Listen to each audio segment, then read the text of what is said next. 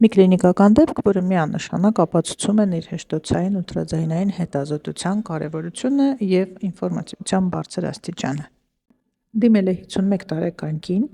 դաշտանային ցիկլը բացակայում է, արդեն իսկ դաշտանադադար է, վերջին դաշտանային ցիկլը եղել է մոտ 3 տարի առաջ։ Կինը գանգատներ ընդհանրապես չի նշում, անցնում է տարեկան բուժ սննում։ Կատարվում է պապ տեստ, դեպ պապ տեստը տալիս է մեզ նեգատիվ, այսինքն լրիվ մաքուր պատասխան ատրոֆիկ փոփոխություններով, սակայն ներհեշտոցային ուլտրաձայնային հետազոտության ժամանակ մենք տեսնում ենք արգանդի խոռոչում հեղուկ։ Հաշվի առնելով անամնեզի տվյալները, ես գրեթե համոզված եմ, որ հեղուկը դա արյուն է, հեմատոմետրա է, ոչ թե սերոզոմետրը,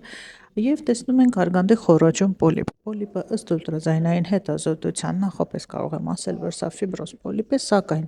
վերջնական ախտորոշումը մեզ տալիս է բացառապես հիստոլոգիական քննությունը։ Ինչ ենք անում նման պարագայում։ Կատարվում է գիստերոսկոպիա, մենք հեռացնում ենք հեղուկը և պարտադիր պոլիպեկտոմիա, հեռացվում է պոլիպը, որից հետո ամբողջ մատերիալը ուղարկում ենք գիստալոգիայի հյուսվածքաբանական քննության։ Եվ այս պարագայում արդեն կունենանք վերջնական ախտորոշում, որի հիման վրա կընտրենք հետագա վարման տակտիկա։